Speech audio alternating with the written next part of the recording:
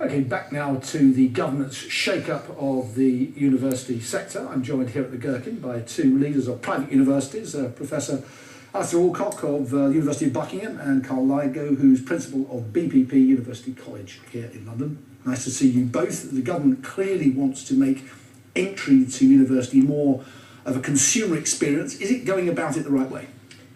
Well, certainly we like the emphasis on student satisfaction and employability, and in the latest survey at Times, Buckingham actually came out top on both those criteria. So we think those are critical for the development of universities, and no reason why the private sector can't provide it. Carl, what do you think? Absolutely. A third of all students, graduating students, wish they had studied something else, something more vocational, something more career focused. BPP University College focuses on business, law, degrees that get you a job, and that's the main focus for many students. I'm quite worried by that sort of test of employability. Oh, did you get a job after graduating? Well, there are jobs and there are jobs, aren't there? And if you lower the bar all the time, it seems that in the end you have to be a graduate to pick up the litter. What will be the yardstick that really counts in terms of employability? Well, certainly they try. There is always an attempt to try and sort out what are thought of as being real graduate jobs just from any jobs. And clearly, to some extent, we depend upon that definition as to how it's going to appear. But because the universities that aren't doing very well will want to spin up some kind of impression, won't they? I saw a very lowly ranked university today saying it had the highest starting salaries of its graduates in London. Well, the problem is that all these statistics are very hard to establish. And there is a particular problem about employability. In the initial period after students leave, you tend to actually not have a very good track on them. You tend to find out more in 5-10 years, which probably is actually more important, than you do in the first year or two. Of course, not all students, when leaving, want a job.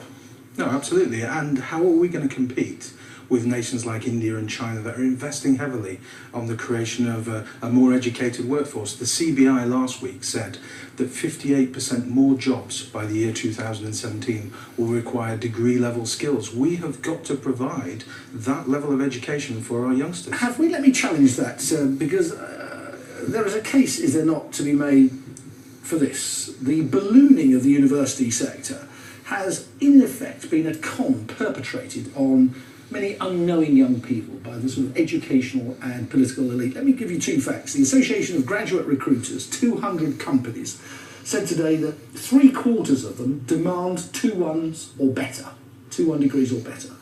And HESA, the stats agency, said 1/3 of all graduates get 2-2s or worse. So 1/3 of all undergraduates are precluded from 3/4 of all graduate jobs. I mean, what's going on? Well, we've got to try and make sure that as many of our students who can get 2-1s get 2-1s, and I'm sure that Carl's in the same business as I am, of ensuring that they are doing degrees which actually get them good jobs and they are doing well. That can be achieved, but I accept that there are plenty of institutions probably producing graduates that are not necessarily that employable. In the last 20 years, we've moved from the 5% of elite in society going to university to now 35%. And what has changed is that you've got to work hard at university, you've got to get on, you've got to achieve, and you've got to get the right grades and the right qualifications. More focus is needed. Absolutely, more focus certainly is needed. than when I went there. It was all about sort of beer and football and women, and I wasn't any good at any of those.